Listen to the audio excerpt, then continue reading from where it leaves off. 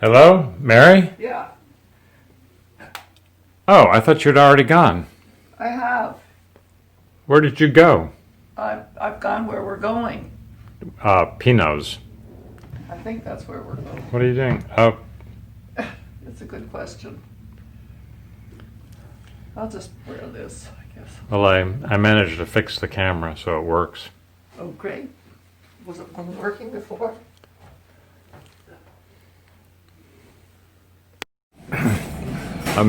Mary, you were telling me a story about Harry when Harry lived in Ottawa. Yes. I was working for a newspaper. Which he was a columnist. He was not a columnist, he was just a plain straight out reporter. He just went around town and reported on sensational things that happened in Ottawa and not doing much of anything.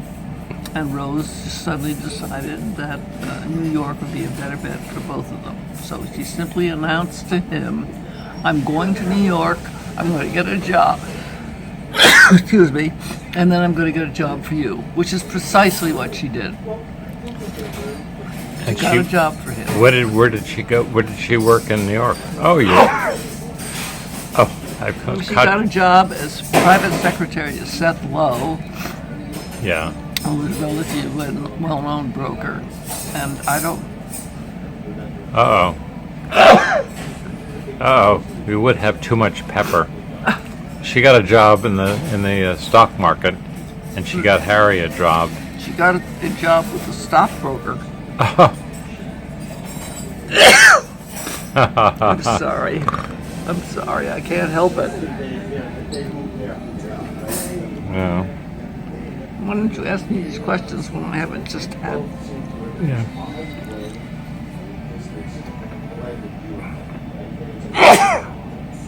Gesundheit.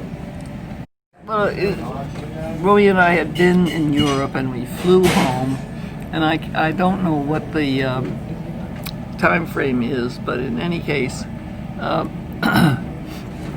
think that it was coming up on dinner time when we got home, and I walked over here in the late afternoon, and Pinot had one of his windows open, and I stuck my head in and I said, Pinot, we need something to eat for dinner tonight so we can just go to bed and get over having come back from Europe. And that's exactly what he did. Oh. Joy. No, you're in the video. I'm not good on pictures. No Yes, pictures. you are. You're a very good looking man. Thank you, Mary. Thank you very much. So that's Well, you have to please. tiramisu. So you came here and I came up here. Gino was getting ready for the evening. Would you like some coffee? His side- yeah, Coffee? If I could get some decaf, it would be Oh. wonderful. You want a decaf cappuccino? Decaf Yes, cappuccino. Decaf Grazie. Anyway, the door to his kitchen was open, and I stuck my head in and I said, Pino, we've just gotten back from Italy, and I said, I don't feel like cooking. Do you have anything you can send home just to keep me going? So he gave me a little bag of things for Romey and me to eat and drink, and it was quite nice, and he saved my life. And we slept soundly, and the next day we were ready to meet the Western world. nice. Pinot comes through. I hope you have a fork, because this is delicious.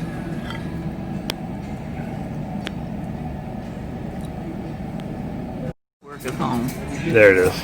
Okay. Well, just a brief bio on Aunt Louise. She was my mother's sister. I think that they were very close together in age. Louise came to the United States before my mother did. She went to a nursing school in Oregon. And when she graduated, she went somewhere along the way, she ended up as a chief surgical nurse in somewhere near San Francisco. And think it was Marin County. It was Marin County. Marin County, yes, I think that might have been it. But she was Anyway. also in Portland, Oregon, too. Well, but when she came to us, she'd had a major nervous breakdown, and Rose said, come east, Louise, and we'll take care of you. And Rosie did, got her back on her feet, and eventually she got a job at Mass General Hospital. She could not get into surgery there because the only nurses in surgery were graduates of Mass General Hospital. But she worked herself up to being the head of Central Supply. She was a major person at Mass General Hospital. Insofar as she could, she did the most about it. And while she was there, she decided to own a car so that she could commute between Mass General Hospital and Lincoln, which is where my family lived, and she enjoyed living with my family.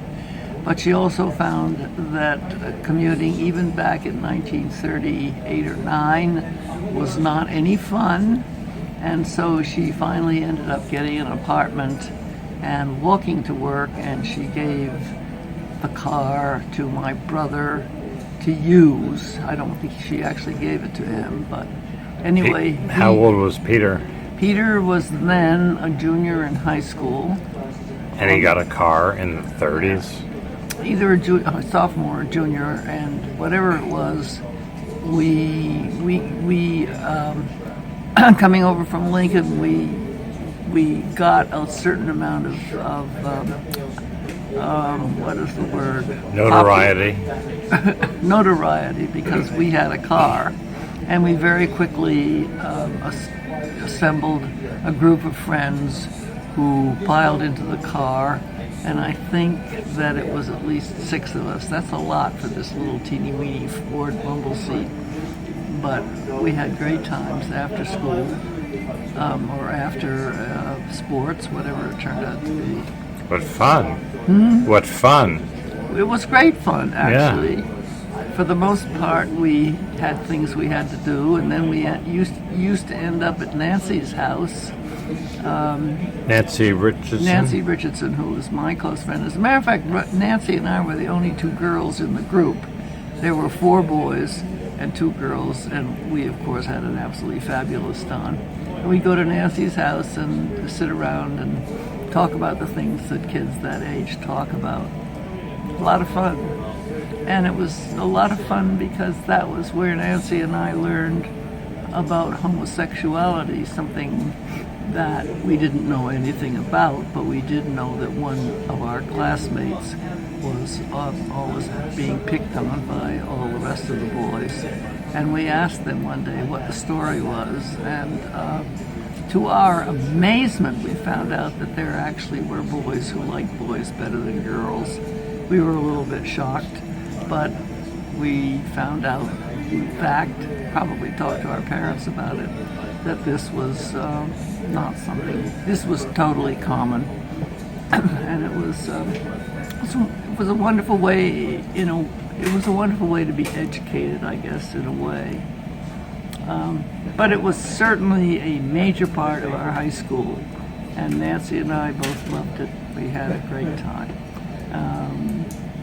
And also Friday nights, the car was used to take us bowling. Peter took you bowling? We used to go bowling. Where did you go bowling? Wallach's? Well, we didn't go bowling in Concord because there was no. There used to be a bowling alley in Concord, but there wasn't. We went to Waltham, and we went to Waltham. That's where we went. We had a good time. And then Saturday nights, of course, we dated our major dates, who had nothing to do with the gang. Peter didn't double date with you in the car. No, never double dated with Peter. In fact, Peter was very shy. It was almost before he had graduated before he got a girlfriend, and And he was seriously interested in her, but Peter went into the service, and The war came. the war came. Yes, that was what it was. It's a huge part of your life is the war. A huge part of our life at that time was the war. Because your dad Yeah, my father left was. business and became. Are you telling the story, or am No, I? I'm wondering where it's going to go. It's a big part of your life is your dad Well, went into the military. actually, even before the war in the United States started, the war had started in Europe. My father had switched over to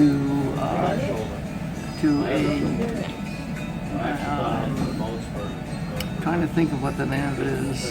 It was in Cambridge, but it certainly was a scientific. The Rad Lab. The Rad Yeah, Lab. the Rad Lab, and figuring out radar, and because there was no question England was going to be bombed, and they needed to have radar systems such that they were at least warned that they were going to be. Good night. I'm going to have to get my stories together before we continue with this. Good night. Okay.